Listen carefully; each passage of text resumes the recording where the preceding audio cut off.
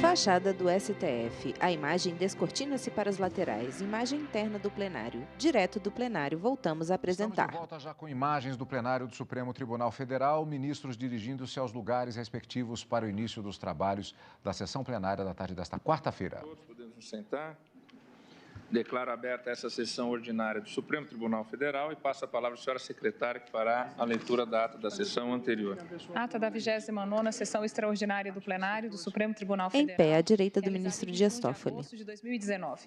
Presidência do senhor ministro Dias Toffoli. Presentes à sessão os senhores ministros Carmen Lilian Oliveira de Souza, assessora-chefe do plenário. Carmen Lúcia, Rosa Weber, Roberto Barroso, Edson Fachin e Alexandre de Moraes. Ausentes, justificadamente, os senhores ministros Celso de Mello e Luiz Fux. Vice-procurador-geral da República, doutor Bigonha. Abriu-se a sessão às 9h50, sendo lida e aprovada a ata da sessão anterior. Pergunto se há alguma observação a ser feita, não havendo... Presidente Dias Toffoli. Aprovada. Informo a vossas excelências que estão presentes neste plenário graduandos das seguintes instituições de ensino: Centro Universitário Católica de Jaraguá do Sul, Estado de Santa Catarina. Centro Universitário Estácio, Imagem aproximada São Paulo. da plateia. Faculdade Pitágoras de Guarapari, Em sua maioria, jovens. e Universidade Anhanguera de São Paulo. Sejam todos muito bem-vindos. Ministros à direita. Marco Aurélio, Lewandowski, Fux, Barroso e Alexandre de Moraes. Apregou as ações diretas de inconstitucionalidade, todas de relatoria do ministro Alexandre de Moraes, hoje pela sessão extraordinária da manhã já apregoadas, 2.238, ação direta 2.241, ação direta 2.250, ação direta 2.256, ação direta de inconstitucionalidade 2.324 e, por fim, a arguição de descumprimento de preceito fundamental de número 24.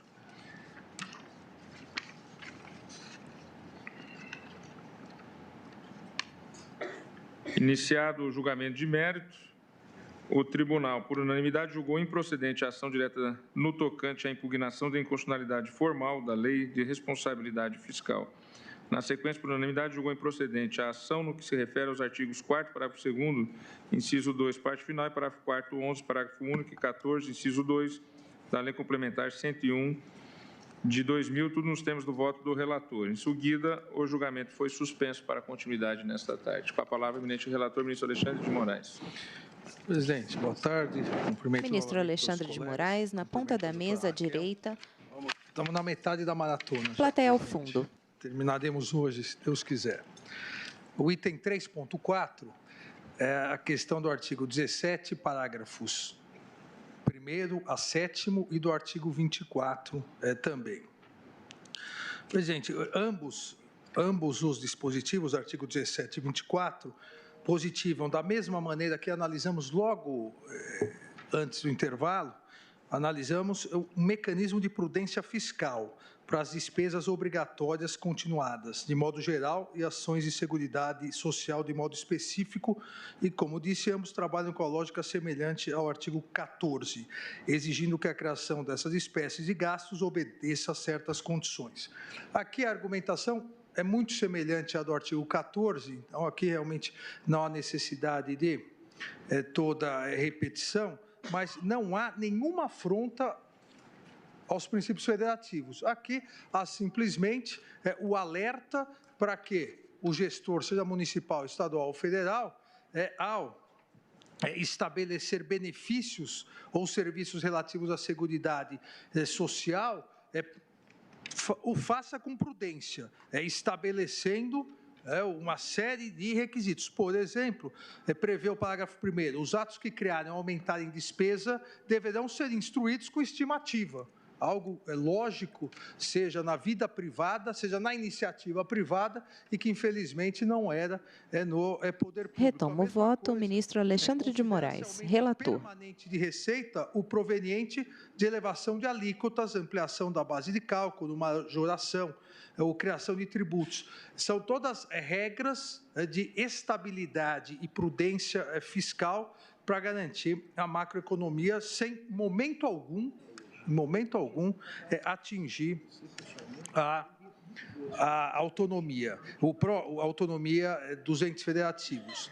Aqui o artigo 165, parágrafo 2º da Constituição, já previa que a lei de diretrizes orçamentárias deveria contextualizar metas, prioridades, observadas inclusive alterações, qualquer alteração futura na legislação tributária. O que fez a lei de responsabilidade fiscal foi disciplinar de modo mais atento, para que, e nós não podemos aceitar, para que a lei de diretrizes orçamentárias, a LDO, não seja uma mera obra de ficção. Então, não há nenhum atentado aqui à autonomia dos entes estatais, não se fere o princípio federativo. Aqui, simplesmente, o que é importante ressaltar são normas de prudência fiscal para garantir a estabilidade econômica. Alega-se, uma das alegações é que essa norma acabaria, em virtude dos seus pré-requisitos, acabaria engessando totalmente a administração. Há até um dos requerentes que coloca que para cada contratação de meia dúzia de servidores, haveria necessidade de um amplo estudo, impacto. Nós já temos 19 anos da lei, se mostrou que não há nenhuma incompatibilidade prática também. Aqui ainda, senhor presidente. Em julgamento, diversas ADIs e uma DPF. A lei de responsabilidade fiscal, ao exigir que aumentos de despesa fossem instruídos com estimativa de impacto orçamentário financeiro, demonstração de compatibilidade com as metas fiscais vigentes, previsão de compensação dos efeitos financeiros criados no futuro, o que fez de forma absolutamente legítima, ao meu ver, foi conferir credibilidade aos compromissos assumidos pelo poder público, estruturando-os com indispensável segurança orçamentária. Dessa forma, e como disse, vem sendo realizado de maneira harmônica e eficaz nesses 19 anos, o que se propiciou com o artigo 17, parágrafos 1º a 7º, artigo 24, foi um controle mais completo da gestão fiscal. Voto, portanto, pela improcedência da ADI 2238 em relação aos artigos 17, parágrafos 1º a 7º e 24. Pergunto se estão todos de acordo. Ministro Dias Toffoli. Não havendo divergência, proclamo quanto a esta parte que a ação direta de inconstitucionalidade 2238, por unanimidade, foi julgada improcedente em relação à impugnação do artigo 17, parágrafos 1º a 7º. E 24. E 24. O item 3.5, presidente, aqui. Novamente fala o ministro Alexandre de Moraes. 2250, o objeto artigo 35, foi indeferida a medida cautelar e eu voto pela improcedência da arguição. O texto normativo, a base do texto normativo, veda a realização de operação de crédito entre um ente da federação diretamente ou por intermédio de fundo, autarquia, fundação, dá as exceções permitidas e estabelece eventuais sanções. O que houve de impugnação, além do genérico sobre o princípio federativo, a ADI 2250 diz que esses dispositivos restringem a possibilidade de realização de operações de crédito entre entes federativos e ao estabelecer formas de prestação de contas, teriam ultrapassado o campo de competência atribuído ao legislador da União. Da mesma forma como já estipulado e já narrado nas questões anteriores, não me parece que haja aqui qualquer inconstitucionalidade. São normas de saneamento das contas públicas, são normas de regularidade fiscal, o dispositivo referido no texto e foi longamente exposto em relação ao próprio artigo 35, esse dispositivo foi referido no texto da exposição de motivos, que transcrevo aqui no voto e leio somente uma parte. o item 25 da exposição de motivos, que diz que ênfase especial é conferida a proibição de concessão de qualquer empréstimo ou financiamento para pagamento de despesa de pessoal, bem como a realização de operação de crédito que tenha por objetivo renovar, refinanciar ou postergar dívida anteriormente contraída. Aqui o que ocorria era uma rolagem da dívida ou uma ampliação da dívida interna do poder público para conseguir pagar as suas despesas, principalmente em relação a pessoal. E isso simplesmente fazia com que a dívida ampliasse, aumentasse, com todos os efeitos nefastos à macroeconomia. Confirme-se, isso ficou confirmado durante todos os anos, a partir desse problema, que o incremento do déficit público dos entes subnacionais não é um fenômeno de consequências localizadas, como já nos referimos anteriormente. Acaba havendo, a partir do que eu chamei desse egoísmo de um ente federativo, acaba havendo reflexos nefastos aos interesses de todos os demais entes federativos. Os processos de endividamento crescentes afetam a realidade de uma federação como um todo, não só porque podem obstaculizar o desempenho de agendas macroeconômicas titularizadas, como também porque trazem em si um perigo muito grande, um perigo moral sempre latente, que nós já vimos várias vezes ocorrer no Brasil, a necessidade de absorção das dívidas locais por toda a federação. Uma nefasta socialização da irresponsabilidade fiscal. Exatamente isso que proíbe esses artigos impugnados. E diga-se aqui, senhor presidente, que já havia essa possibilidade a partir do artigo 163, 1 e 2 e 165, parágrafo 9º, inciso 2º, da própria Constituição Federal.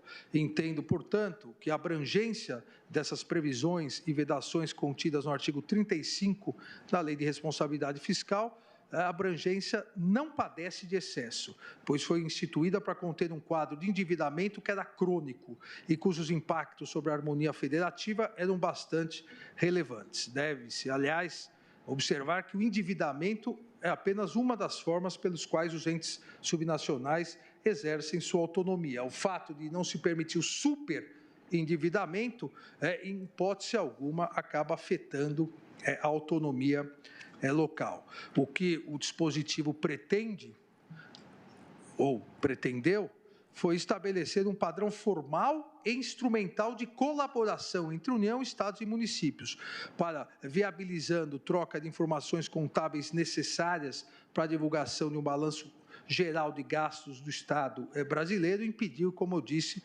o superendividamento. A própria lei anterior, a lei ainda em vigor, a Lei 4.320 de 64, inclusive já previa em seu artigo 111 a mesma hipótese semelhante, agora mais bem disciplinada. As consequências do inadimplemento realmente aqui levaram a situações extremamente difíceis na vida nacional. Esse padrão de enaltecimento da transparência como valor republicano foi seguido pelo artigo 35, foi seguido pelo seu artigo conexo, aqui também tratado 51, voto, portanto, pela improcedência da ADI 225 em relação aos artigos 35 e 51. Todos de acordo? Não havendo divergência, eu proclamo que, em relação à ação direta de inconstitucionalidade 2.250, no que se refere aos artigos 35 e 51 da Lei de Responsabilidade Fiscal, a unanimidade for julgada improcedente. Item 3.6, presidente, aqui a impugnação é da ADI 2238, o objeto é o artigo 60, a medida cautelar foi indeferida, voto pela improcedência. Aqui é extremamente simples. O artigo 60 estabelece que lei estadual ou municipal poderá fixar limites inferiores àqueles previstos nessa lei complementar para as dívidas consolidada imobiliária, operações de crédito e concessões de garantias. Na verdade, na impugnação desse artigo, o requerente na ADI 2238, ele acaba conflitando com toda a sua argumentação.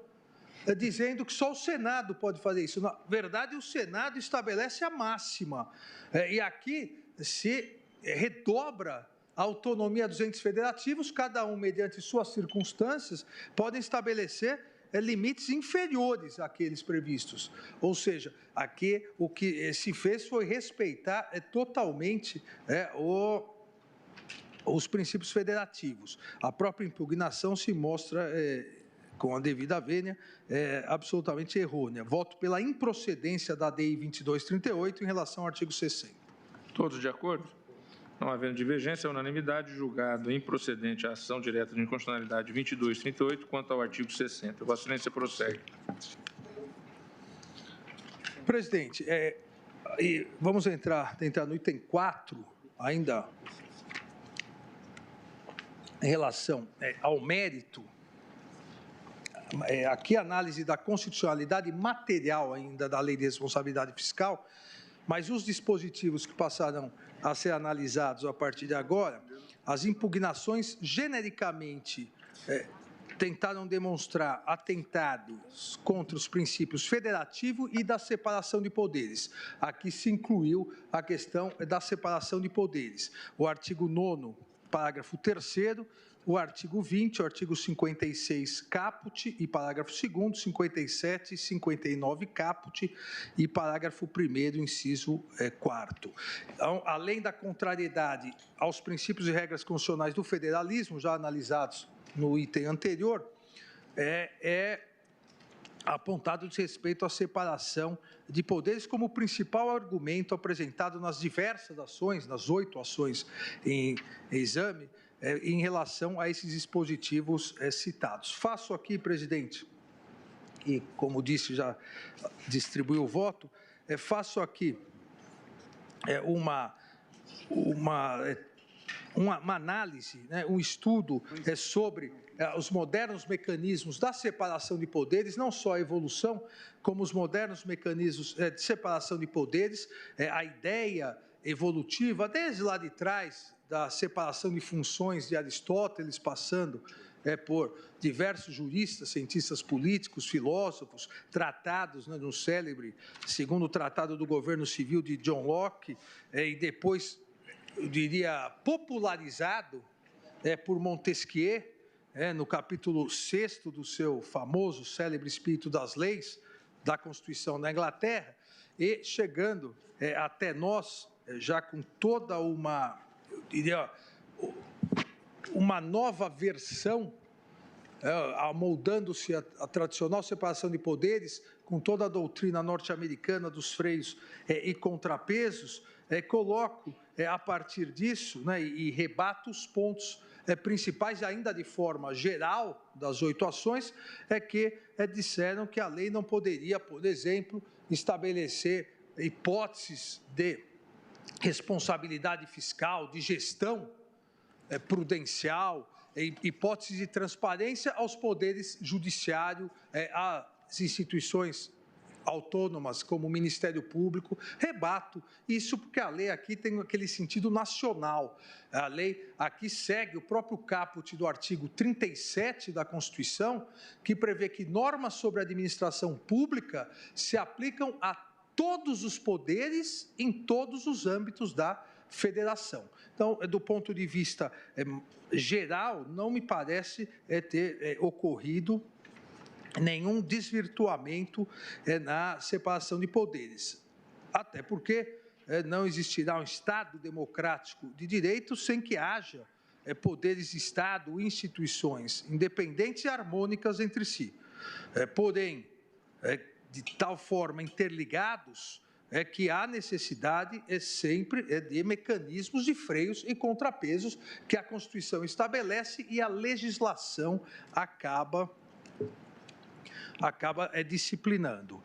E começo, como eu disse, não vou cansá-los com a leitura desses argumentos, mas há toda aqui uma explicação histórica, conceitual, até chegar à moderna separação de poderes, mas começo com o artigo 9º, parágrafo 3º.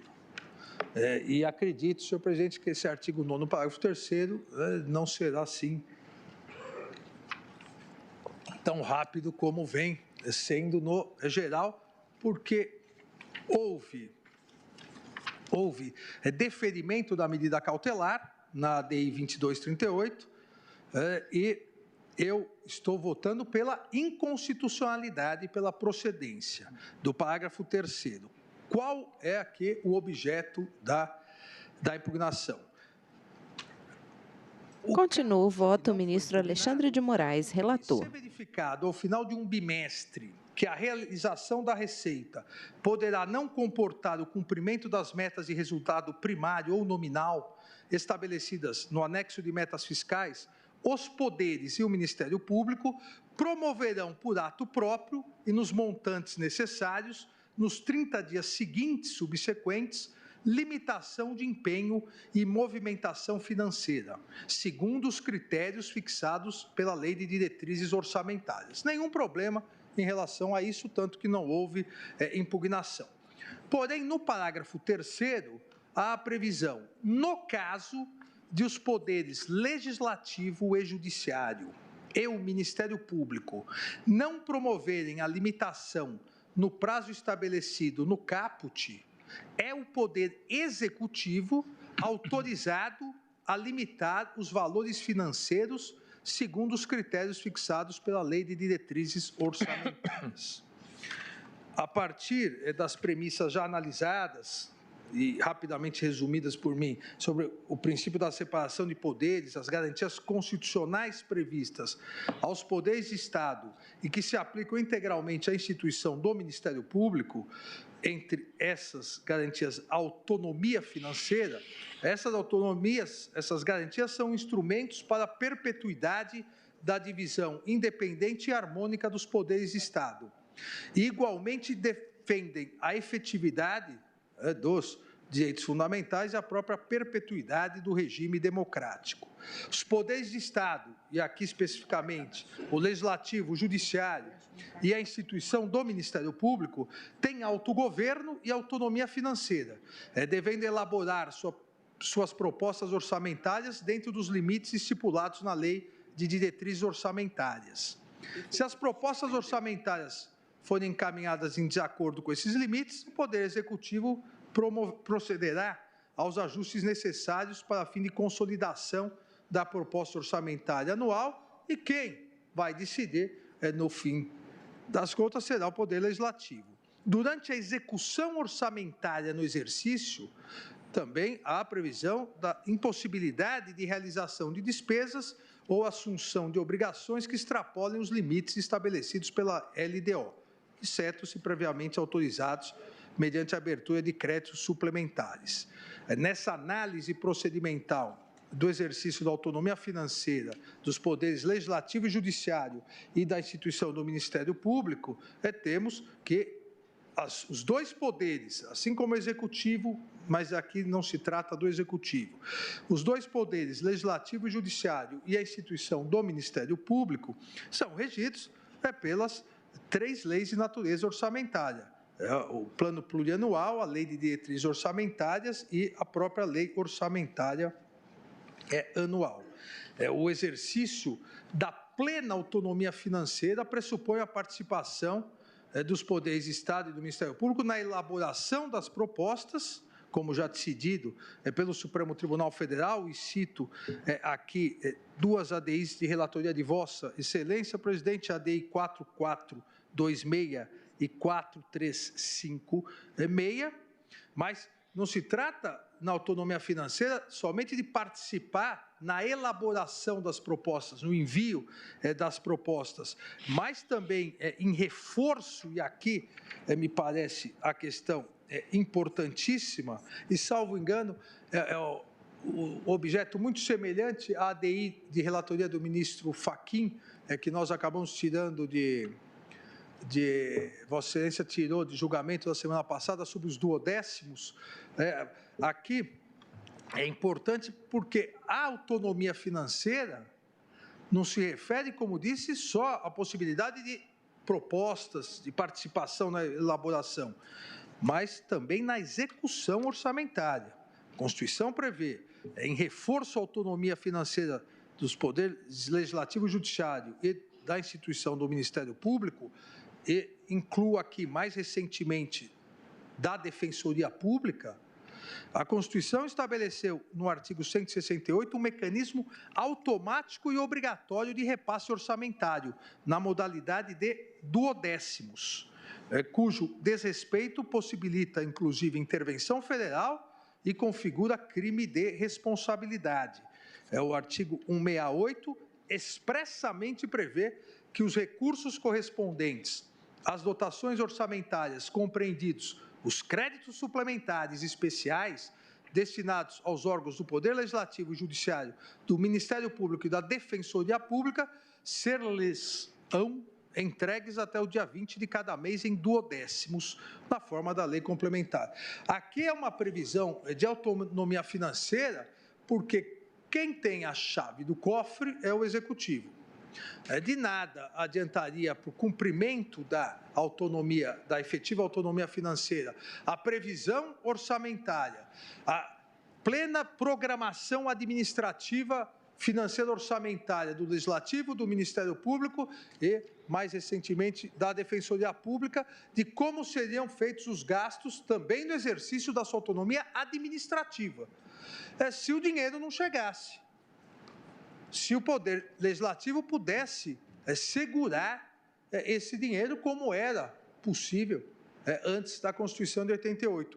Por isso que se previu, para o pleno exercício não só da autonomia financeira, mas também da administrativa, no sentido de poder gastar o que se tem no orçamento, como, dentro, óbvio, das hipóteses legais e moralmente possíveis, o gestor pode, se tem uma previsão de que 1/12, os duodécimos, serão sempre repassados para que haja uma tranquilidade de gestão nos poderes legislativo e judiciário e no Ministério Público. Plenário julgações que questionam a lei de responsabilidade fiscal. O exercício discricionário do Poder Executivo na transferência de recursos previstos na Lei Orçamentária Anual ao Legislativo, ao Judiciário, ao Ministério Público e, como disse mais recentemente, à Defensoria Pública. Cito várias decisões desta Corte nesse sentido, entre elas a ADI 732, de relatoria do nosso decano, o ministro Celso de Mello, o mandado de segurança 23.267, de relatoria do ministro Gilmar Mendes, exatamente nesse sentido.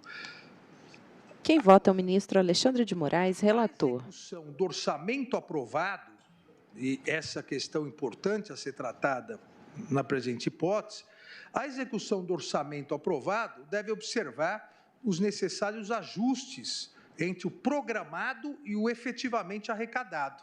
É o que se denomina no direito financeiro do princípio da flexibilidade. Julgamento conjunto de várias ADIs e uma ADPF. E as despesas. Obviamente, durante o exercício financeiro, a necessidade de se realizar ajustes. O que foi programado efetivamente pode ser suportado com o que foi arrecadado. Às vezes falta dinheiro, quase sempre, mas às vezes também o gestor, por não conseguir gerir, fazer as licitações, acaba devolvendo o dinheiro. Então, há necessidade dessa flexibilidade, como eu disse aqui, o chamado, no direito financeiro, o princípio da flexibilidade. O professor da Universidade de São Paulo, da Faculdade de Direito, também magistrado, o professor José Maurício Conte, bem coloca isso quando analisa a própria autonomia financeira do Poder Judiciário. A necessidade de se fazer essa adaptação, porque nem sempre as previsões, diz o professor Conte, as previsões podem captar todas as condições vigentes à época da execução. Dessa maneira, a execução orçamentária deve ser sempre baseada em duas premissas básicas: o fiel cumprimento do texto aprovado pelo Poder Legislativo e a realização das adequações necessárias em virtude da realidade da receita arrecadada e da despesa realizada durante o exercício financeiro, com créditos suplementares, às vezes contingenciamento, sem, contudo, e às vezes na prática isso acaba virando ficção, mas sem, contudo, efetivar-se verdadeira desnaturalização da peça orçamentária. Assim, obviamente, a correta execução orçamentária nos moldes definidos pela lei orçamentária, pela LOA, sempre estará sujeita à correspondência entre a previsão e a efetivação de receitas e despesas, pois, em caso contrário, será necessária a devida flexibilização, mesmo que o montante esteja previsto na dotação legal e incluído no valor da programação financeira. Nem sempre, aqueles que lidam com orçamento sabem, nem sempre o orçamentário e o financeiro acabam coincidindo. Às vezes há muito orçamentário e pouco financeiro, na verdade, na maior parte das vezes. Essa adequação, a aplicação do princípio da flexibilidade, que era um princípio não normatizado, não positivado, essa imposição passou a ser texto legal, artigo 9º. O artigo 9º caput, que, volto a dizer, não houve impugnação. Se verificado no final de um bimestre que a realização da receita poderá não comportar o cumprimento das metas de resultado primário ou nominal estabelecidos no anexo de metas fiscais, os poderes e o Ministério Público promoverão por ato próprio e nos montantes necessários, nos 30 dias subsequentes, limitação de empenho e movimentação financeira, segundo os critérios fixados pela Lei de Diretrizes Orçamentárias. Nenhum problema. Aqui seria o que poderíamos denominar de autonomia financeira com responsabilidade fiscal. E seguindo a separação de poderes, seguindo as garantias previstas pela Constituição aos poderes e a instituição do Ministério Público, e vale na questão dos duodécimos a Defensoria Pública, o caput estabeleceu que cada gestor, sob sua responsabilidade, cada gestor que tem autonomia financeira do seu órgão, os poderes e o Ministério Público, deve agir com responsabilidade fiscal, sob pena de ser responsabilizado.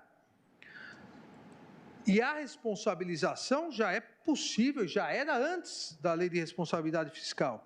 A Constituição Federal sujeita os gestores, no âmbito dos poderes e do Ministério Público, a inúmeros controles internos e externos.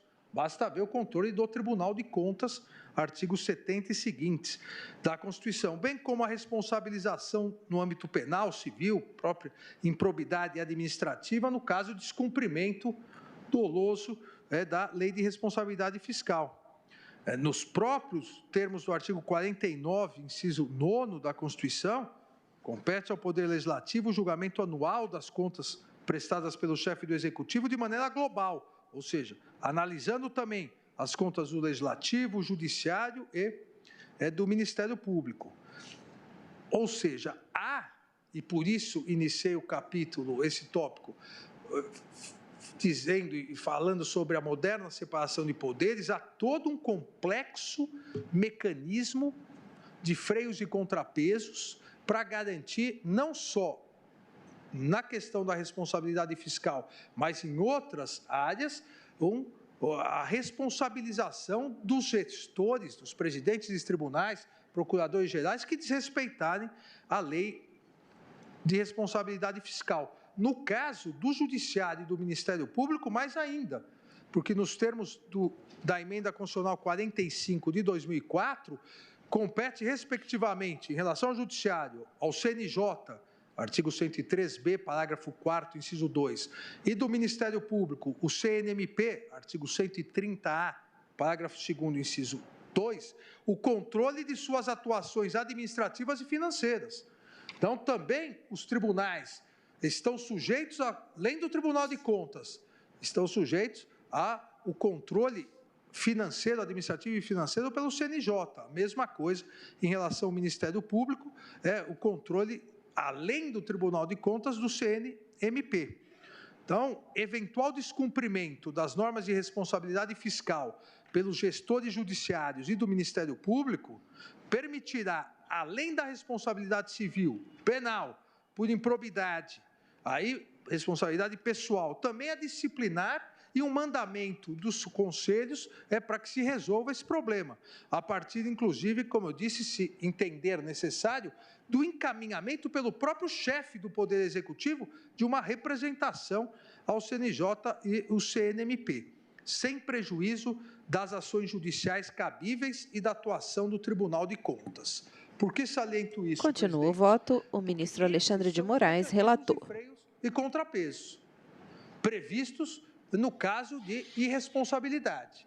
Porque a irresponsabilidade fiscal pode ocorrer no âmbito do Executivo também. E há outros mecanismos de freios e contrapesos.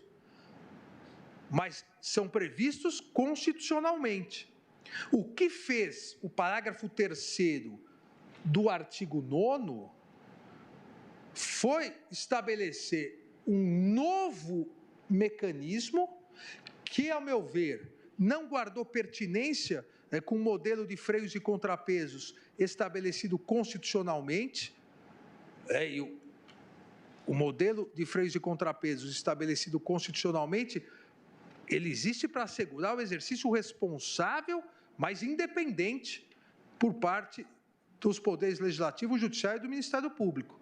O que fez o parágrafo 3º do artigo 9º foi estabelecer inconstitucional hierarquização subserviente do Legislativo, do Judiciário e do Ministério Público ao Executivo, permitindo que, unilateralmente, o Executivo limitasse os valores financeiros segundo os critérios fixados pela Lei de Diretrizes Orçamentárias, no caso daqueles poderes e instituição não promoverem a limitação no prazo estabelecido. Ora, a previsão legal vale para todos os poderes. A previsão legal, e essa, como disse, não foi impugnada, a previsão legal diz que ao final do bimestre, se houver previsão, já a previsão de que há necessidade de flexibilização, vai se gastar mais do que está se arrecadando, há necessidade nos próximos 30 dias de todos os poderes, Executivo, Judiciário, Legislativo e da instituição Ministério Público, se adequarem, cada gestor com a sua responsabilidade. Se o Executivo não se adequar, os outros poderes podem determinar? Não. Há todo um mecanismo de freios e contrapesos de responsabilização. Agora, vem o parágrafo 3º, em total afronta a autonomia dos dois outros poderes e do Ministério Público, e diz que unilateralmente o Executivo poderá realizar essas adequações se entender que não foram feitas pelos outros dois poderes e Ministério Público. Aqui a gravidade é muito maior do que parece. O cálculo é feito pelo Executivo. Primeiro, porque o cálculo é feito pelo Executivo. Não dá para Ministro Luiz Fux. Segundo, e eu aqui recebi os secretários de Fazenda para tratar desse tema, recebi os presidentes dos tribunais e os procuradores gerais de Justiça, dos Ministérios Públicos Estaduais, e tive a experiência, a possibilidade de estar nos dois lados do balcão, no Ministério Público e depois no Executivo. O Judiciário, o Legislativo e o Ministério Público não tem a mínima possibilidade de verificar se aquele cálculo está correto, porque as secretarias de Fazenda, principalmente, não abrem o cálculo. E mais, e obviamente, os artigos que declaramos constitucionais agora pretendem evitar isso, mas se o Executivo, durante o exercício financeiro, durante o ano, resolver, por esponte própria, num populismo do gestor, começar a renunciar a várias arrecadações, depois ele pode querer cortar unilateralmente dos outros poderes. Não significa, por isso que iniciei dizendo que há todo um sistema de freios e contrapesos, não significa que o Poder Judiciário, o Poder Legislativo e a instituição do Ministério Público não precisem realizar essa adequação. Se o gestor não realizar essa adequação, será responsabilizado. E, obviamente, ao ser responsabilizado, os órgãos de controle determinarão, aí sim, a correta aplicação orçamentária. O que não se pode permitir é que unilateralmente o Executivo decida e corte o repasse de duodécimos. Porque aqui o que se diz, com o parágrafo 3º do artigo 9º, é que unilateralmente poderá cortar o repasse do duodécimo. Não é 10 mais, vai ser 9. Aí o tribunal diz, não, mas eu fiz os cálculos, continua sendo 10. Não, o meu cálculo é esse, eu carregado e corto. Ou seja, isso é uma temeridade para a própria autonomia,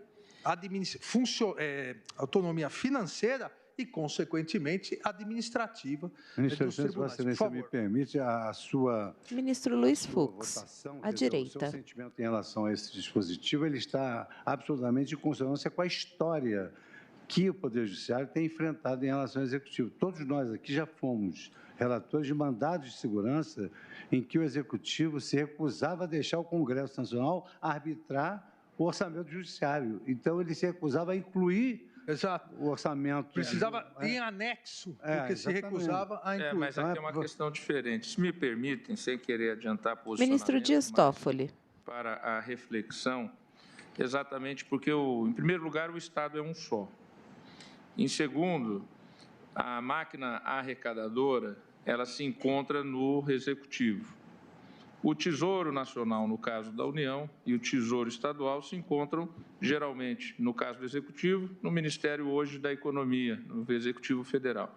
Nos estados, nas respectivas secretarias de Fazenda e nos municípios, nas secretarias também de Fazenda. Na medida em que quem tem a administração e a gestão da arrecadação verifica que há uma frustração da arrecadação, o que se faz? Se faz um decreto que, embora seja um decreto administrativo editado pelo Poder Executivo, é um decreto que orienta todos os poderes, Ministério Público e hoje Defensoria Pública, para a devida parametrização de adequação na sua execução orçamentária, fazendo isso de maneira linear e proporcional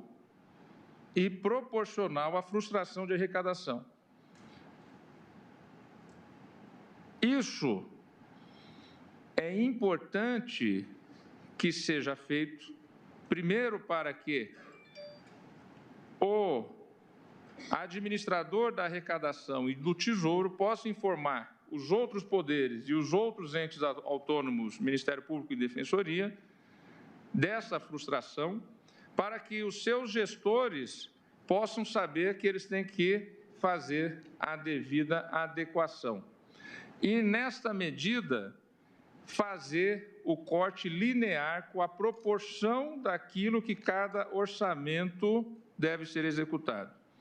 Se nós tirarmos isso da lei, nós permitiremos uma judicialização constante, como ocorreu recentemente no Rio de Janeiro, em que o Ministério Público, uma vez frustrada a arrecadação nos anos de 2016 e de 2017, ia à Justiça, Defensoria Pública ia ao Judiciário, e o próprio Tribunal de Justiça veio ao Supremo Tribunal Federal, eu fui o relator do caso. No caso da Defensoria do Estado do Rio de Janeiro e do Ministério Público do Estado do Rio de Janeiro, os juízes determinavam o sequestro de bens em autarquias, o sequestro de bens do Tesouro para a integralização daquele orçamento previsto na LOAS, mas cuja arrecadação... Ministro Dias Toffoli.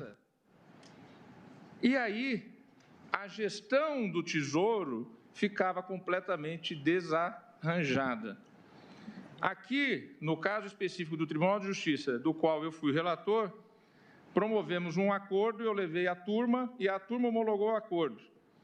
E, através do uso do fundo do Tribunal de Justiça do Estado do Rio de Janeiro, houve um empréstimo do fundo que superou, então, esses dramas que a gestão do Estado do Rio de Janeiro estava tendo para exatamente cumprir uma execução orçamentária, no mínimo em relação aos subsídios e aos pagamentos dos seus servidores. O que eu penso aqui, sem adiantar voto, é que talvez a melhor saída aqui, até para se evitar excessos de judicializações futuras, seria uma interpretação conforme. Uma interpretação conforme, porque o ato do Executivo sempre será necessário, porque o Tesouro é um só. Só gostaria de trazer isso à reflexão e lembrando os colegas que participaram na segunda turma desta deliberação do acordo, o ministro Gilmar, o ministro Lewandowski, que estavam lá, o ministro Celso, a ministra Carmen, nós debatemos muito isso e, à unanimidade, aprovamos aquele acordo que, naquele momento, salvou as finanças do Estado do Rio de Janeiro. Presidente, mas são coisas... Conforme para assentar o quê? Que essa limitação feita por parte do Poder Executivo, ela seja em relação ela seja linear, ou seja, para todos os três poderes e os entes autônomos, Ministério Público e Defensoria Pública, na proporção dos seus orçamentos, seja linear, obviamente franqueando a abertura de todas as informações em relação à arrecadação e à justificativa da frustração de arrecadação, para dar a transparência devida.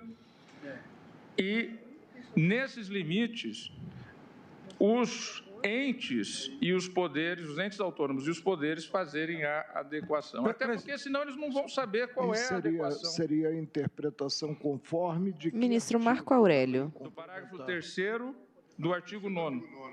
Agora, presidente, eu gostaria... O relator está julgando inconstitucional. Eu ainda não terminei, mas eu gostaria de fazer, primeiro, uma observação.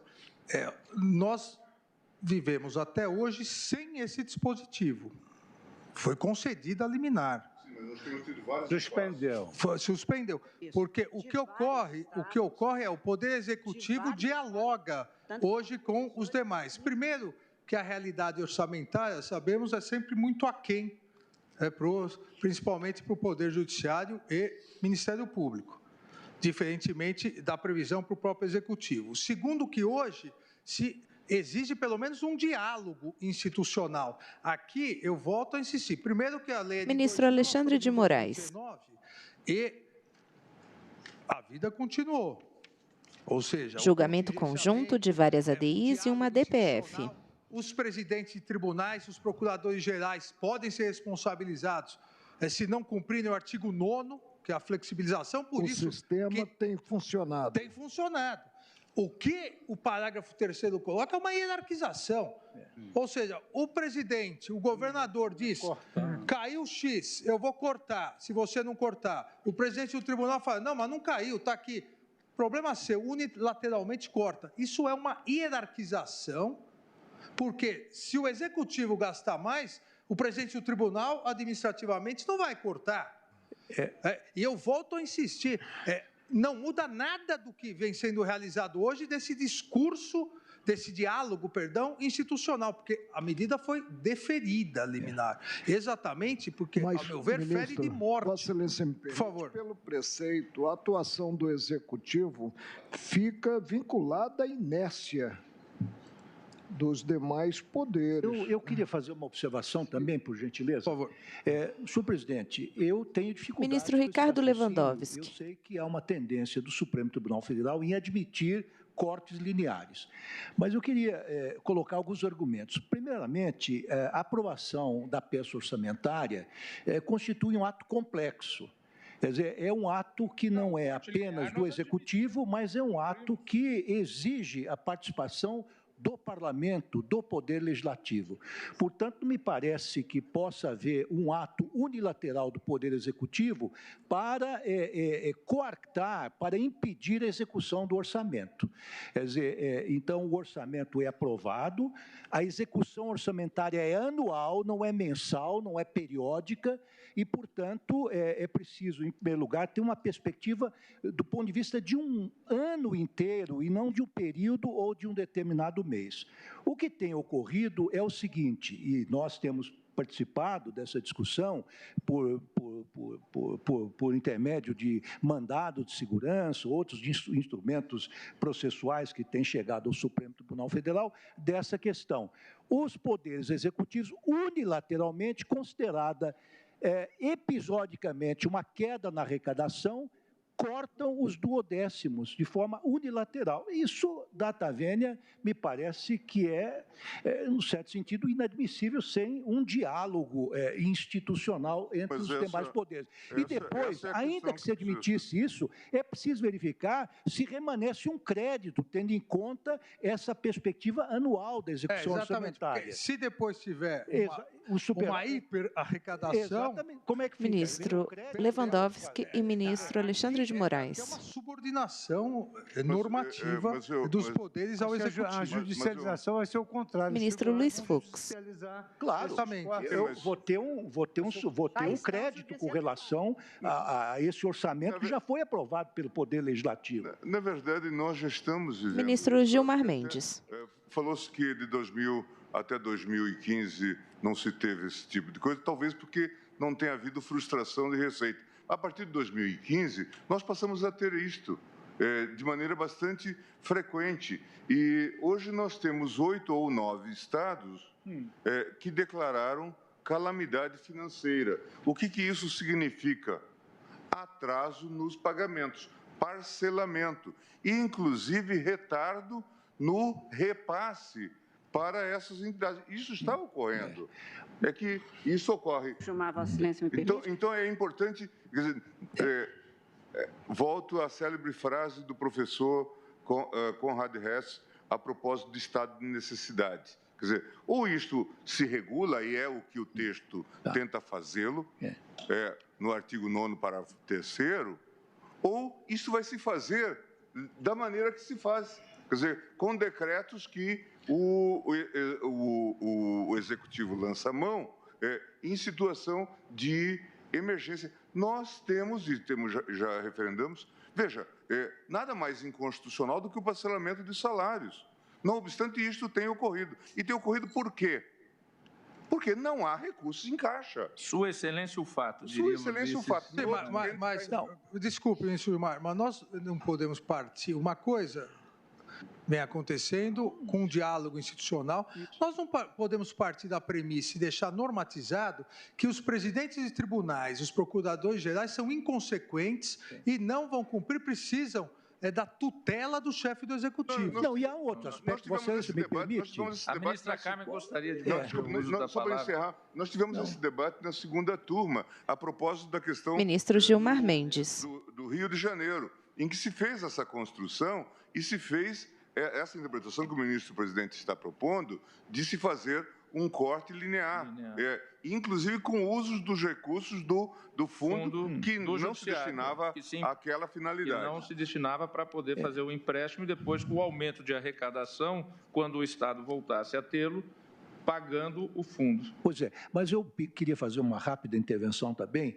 É muito frequente verificarmos que existe uma certa manobra, a margem de manobra por parte do Executivo, no sentido de remanejamento de verbas. Eu já peguei um caso, não quero nominar qual é este caso, de um grande estado da Federação Brasileira, em que o Executivo tinha uma espécie de uma má vontade com relação ao... Ministro Ricardo Lewandowski. Repassava verbas dizendo que não tinha condições de remanejar, enfim, os recursos que possuía, quando, de fato, tinha. Eu até admitiria, digamos assim, um corte linear, desde que comprovado que não há mesmo recursos, desde que comprovado que não há possibilidade de remanejamento de verba por parte do Executivo, e desde que se estabelecesse a possibilidade de recuperação do crédito, tendo em vista uma perspectiva ânnua da execução orçamentária. Mas é o que está previsto, a meu ver, presidente, é o que está previsto no artigo 9º da Lei Complementar. Ministro Marco Aurélio. O artigo versa sobre a frustração da receita imaginada. E aí viabiliza o contingenciamento. De que forma? Mediante a atuação dos poderes legislativo, judiciário e do Ministério Público. Agora, se eles não tomam a iniciativa de implementar o contingenciamento, há de atuar o Poder Executivo, que é o autor dos repasses, dos duodécimos. Senão ele vai suportar sozinho 168. O fracasso da... Então, eu penso que o dispositivo, como ressaltado pelo relator, ele tem a cautela própria, ao prever que, em um primeiro passo, a iniciativa é dos poderes e do Ministério Público. Não havendo essa iniciativa, aí há de atuar o Executivo, que é quem, a teor do disposto no artigo 168 da Constituição Federal, promove o repasse. Ministra Carmen Lúcia. Não, presidente, não era nada tão importante, apenas para dar um testemunho, Vossa Excelência está experimentando isso agora, que, ainda que não tivesse uma judicialização tão grande... Ministra Carmen Lúcia, à esquerda. Etc., da presidência, nós vamos ver que há alguns anos isto vem com muita frequência ao Supremo, muita frequência, exatamente porque o ministro Alexandre pôs muito bem, eu tenho o verbo, que é a lei orçamentária, e preciso ter a verba, que é o financeiro, como Vossa Excelência falou. Eu não posso ter a verba sem o verbo, e muitas vezes eu tenho o verbo e não tenho a verba. É isso que acontece no mundo real.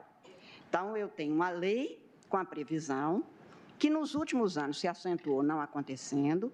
Entretanto, o que se tem proposto, talvez até exatamente por causa do deferimento da cautelar neste caso, tenha sido essa composição, judicializa-se com uma frequência enorme, o ministro-presidente pode dar o testemunho, tenho certeza, o ministro Lewandowski, na presidência, teve isso, nós tivemos uma grande discussão no caso específico do Rio Grande do Sul, em que ainda o ministro Theory, aqui neste plenário, alguns haverão de se lembrar muito bem, como acentuava a dificuldade enorme de nós fixarmos que era preciso que o Executivo não cortasse, porém, o Judiciário vem aqui e nós esbarramos numa norma expressa, o repasse do 10º até o dia 20, não dá nem espaço para interpretação.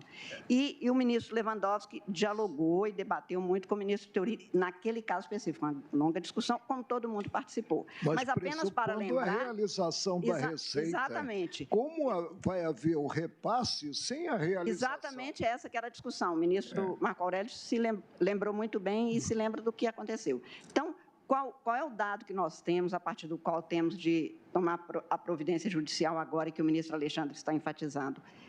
Eu tenho um princípio da separação de poderes, que é um limite material até o constituinte derivado. Mas, e eu tenho uma realidade... Isso se resolve no campo concreto, não no campo abstrato. E eu estou apenas dando exatamente, ministro, eu não estou votando, eu estou apenas lembrando... Ministra Carmen Lúcia e ministro Marco Aurélio.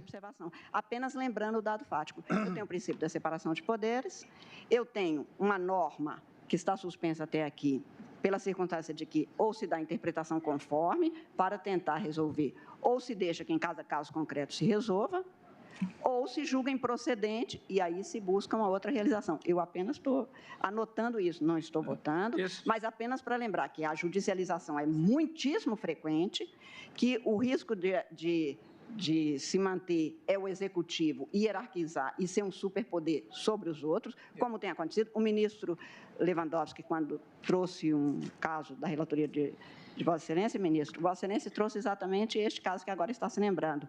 Reiteradamente, e tinha me vindo em suspensão de liminar, durante 8 meses o Executivo não repassava nem o mínimo necessário para tocar o Poder Judiciário. E a prestação judicial é um serviço essencial, não pode sofrer solução de continuidade. Ministro Ricardo Lewandowski. É preciso que estabeleçamos mecanismos, se for prevalecer esse dispositivo impugnado, nós temos que estabelecer certas condicionantes, porque essa decisão não pode ser unilateral. Mas a lei faz remissão expressa nos termos da LDO, ela diz claramente. Eu tenho uma sugestão, mas eu não posso Ministro Dias Toffoli. Do voto do relator em relação ao ponto específico. Mas como esse é um tema institucional exatos 20 segundos. E de diálogo interpoderes e também envolvendo os entes autônomos, esse diálogo institucional, eu me permiti avançar no ponto quanto a esta temática. Eu vou ouvir, então, o término do voto do relator e eu faria uma sugestão que eu já adiantei que vai ser de interpretação conforme. Ministro Alexandre de Moraes, para presidente, eu encerro em 15 segundos. Para mim, esse parágrafo 3º do artigo 9º, ele encerra a desconfiança total em relação a Judiciário, Legislativo e Ministério Público, que não cumprirão o caput e dá um superpoder ao Executivo que, mesmo erroneamente, como ocorre em várias vezes, pode cortar unilateralmente, sem o diálogo institucional. Me parece que os poderes estando no mesmo patamar, isso é uma hierarquização absolutamente inconstitucional. Voto pela procedência da ADI 2238 em relação à inconstitucionalidade, declaro, do artigo 9º, parágrafo 3º. Como vou pedir licença ao ministro Fachin. Ministro Dias Toffoli, com a Constituição em mãos. Para apresentar uma proposição. Antes de fazê-la, de interpretação conforme, eu gostaria, embora não fosse necessário aos eminentes colegas, mas para registro de voto, de fazer a leitura do artigo 168 da Constituição Federal. Os recursos correspondentes às dotações orçamentárias, compreendidos os créditos suplementares e especiais, destinados aos órgãos dos poderes Legislativo e Judiciário, do Ministério Público e da Defensoria Pública, ser-lhe-ão entregues até o dia 20 de cada mês, em duodécimos, na forma da lei complementar a que se refere o artigo 165, parágrafo 9º.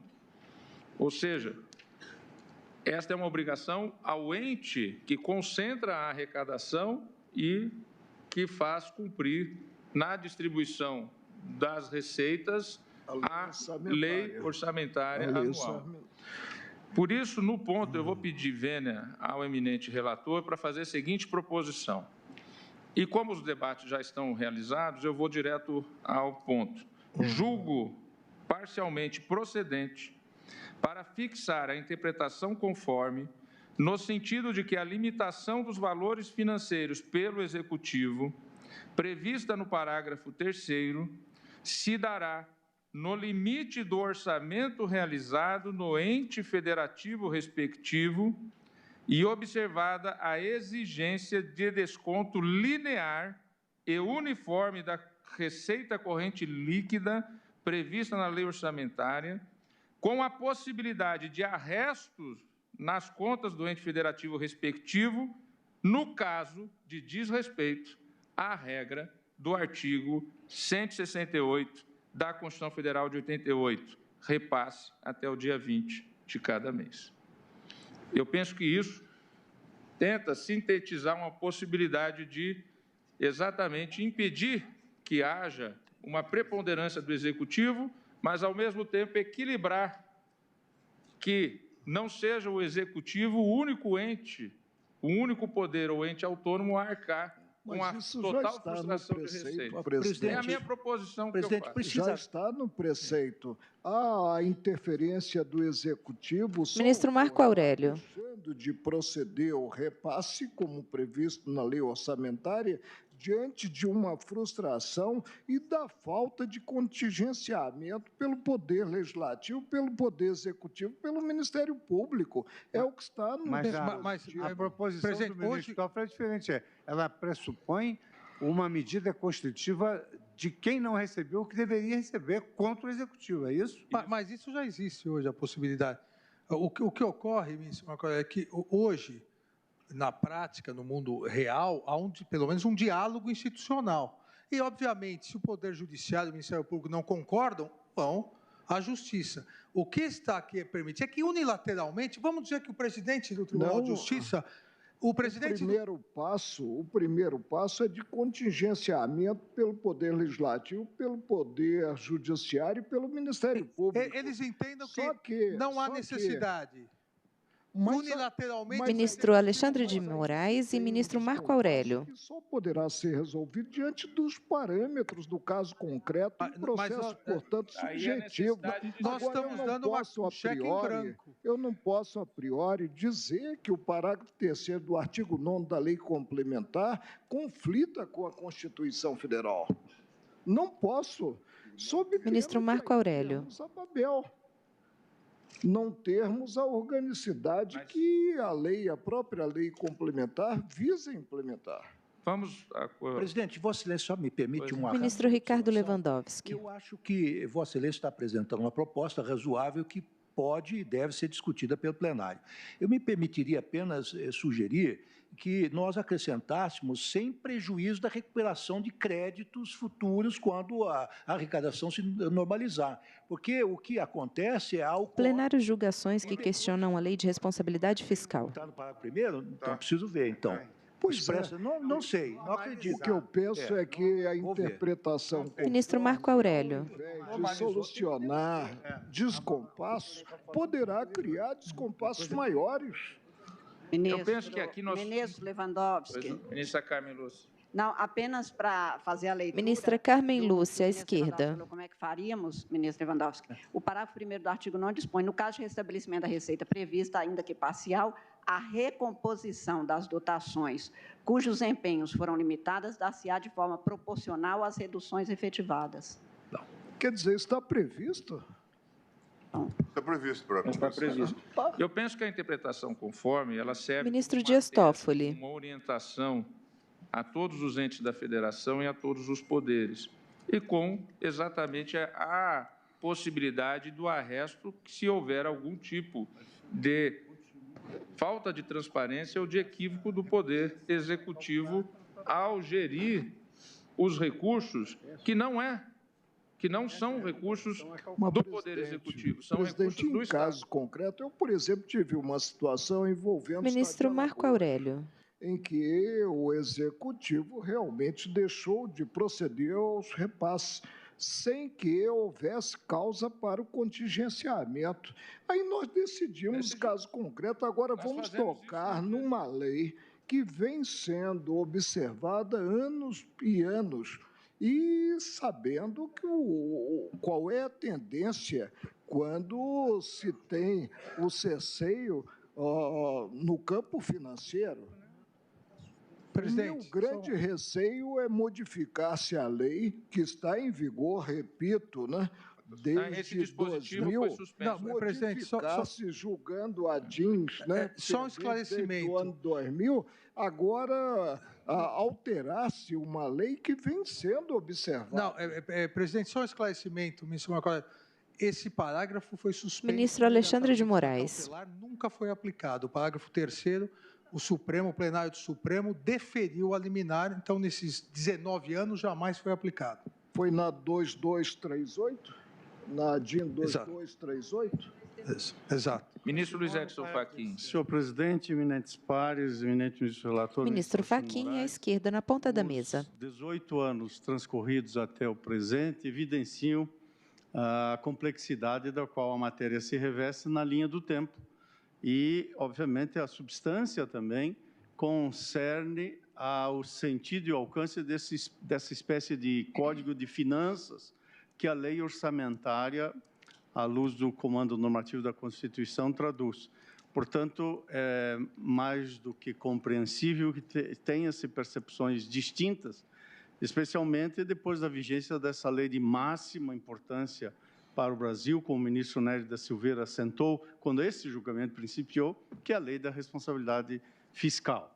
Na verdade, debater sobre o orçamento público, como sabemos, é procurar calibrar as expectativas dentro do espaço normativo da lei orçamentária, e que já se disse aqui neste plenário, em outra ocasião, que é a lei infraconstitucional mais relevante após a própria estrutura normativa da Constituição. Isto, portanto, evidencia para quem está acompanhando esta sessão o sentido que há em diferentes visões ou cosmovisões a partir desta matéria ou desse dispositivo, que é o parágrafo 3º do artigo 9º da Lei da Responsabilidade Fiscal, que é mesmo um dos núcleos deste tema. Feita essa introdução, eu já houvera cumprimentado o ministro Alexandre de Moraes pelo didatismo da apresentação, artigo a artigo dos votos, e até esse momento granjeando o resultado da compreensão que Sua Excelência trouxe à colação, unanimidade.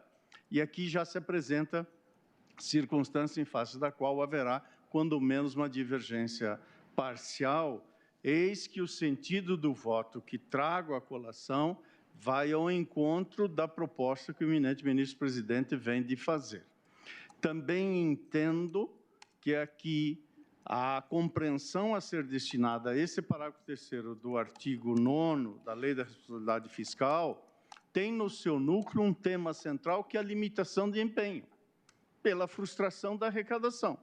Esta dimensão está calibrada em 2 dispositivos da Constituição, já mencionados, os artigos 168 e o artigo 165, deferindo, portanto, a lei complementar precisamente a promoção desta limitação. E creio que a interpretação conforme ela se apresenta aqui como, por assim dizer, algo como em médio virtus. Plenário julga ações que questionam a lei de responsabilidade fiscal. E hipotético Quem fala é o ministro Edson Fachin, à esquerda. De uma limitação despida desse diálogo institucional que deva ser dado. Por isso, evidentemente que se fôssemos para uma deliberação em face da qual não coubesse uma interpretação conforme, tenderia a votar pela manutenção do dispositivo tal como ele se encontra. Mas esse tribunal tem adotado, e obviamente a hermenêutica constitucional tem espraiado esta possibilidade de adoção de uma interpretação conforme para delimitar qual é o sentido que o dispositivo legal terá à luz de uma leitura constitucionalizada. E creio que é isso que o eminente ministro Vossa Excelência poderia ler novamente a proposta, presidente? Pois não.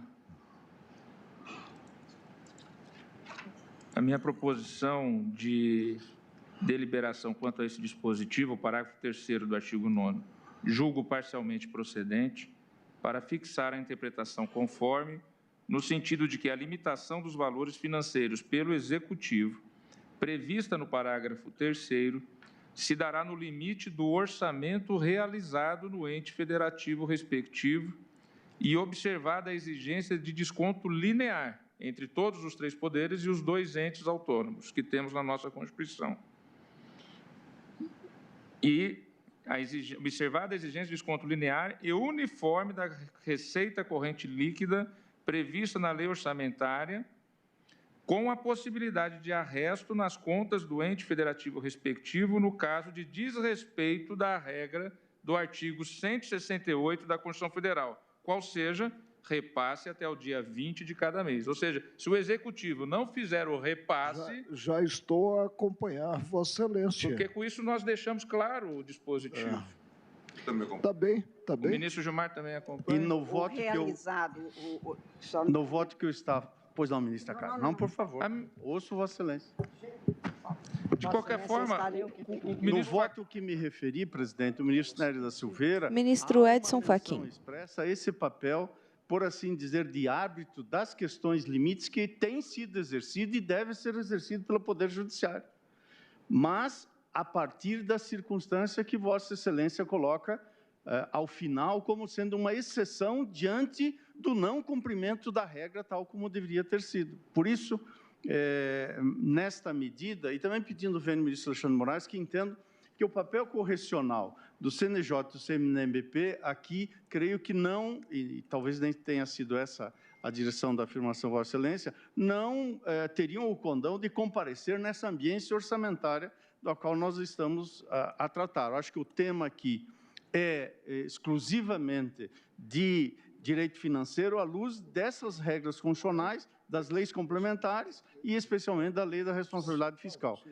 A proposta que tinha de redação da interpretação conforme o que significa dar provimento procedência parcial, tem palavras diversas daquelas formuladas pelo ministro-presidente, mas tem o mesmo sentido. Por isso, eu estou subscrevendo a divergência aberta por Vossa Excelência.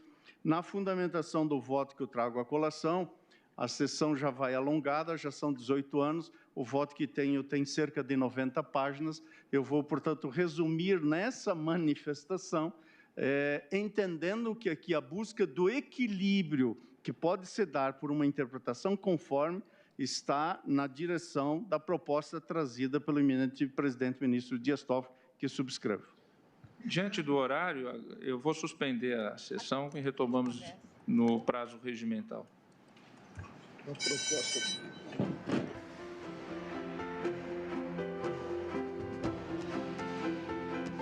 Parede de mármore claro ao fundo, bandeira do Brasil à esquerda, brasão ao centro, crucifixo à direita. O ministro Dias Toffoli conversa com o ministro Marco Aurélio. Os demais ministros levantam-se e direcionam-se para fora do plenário.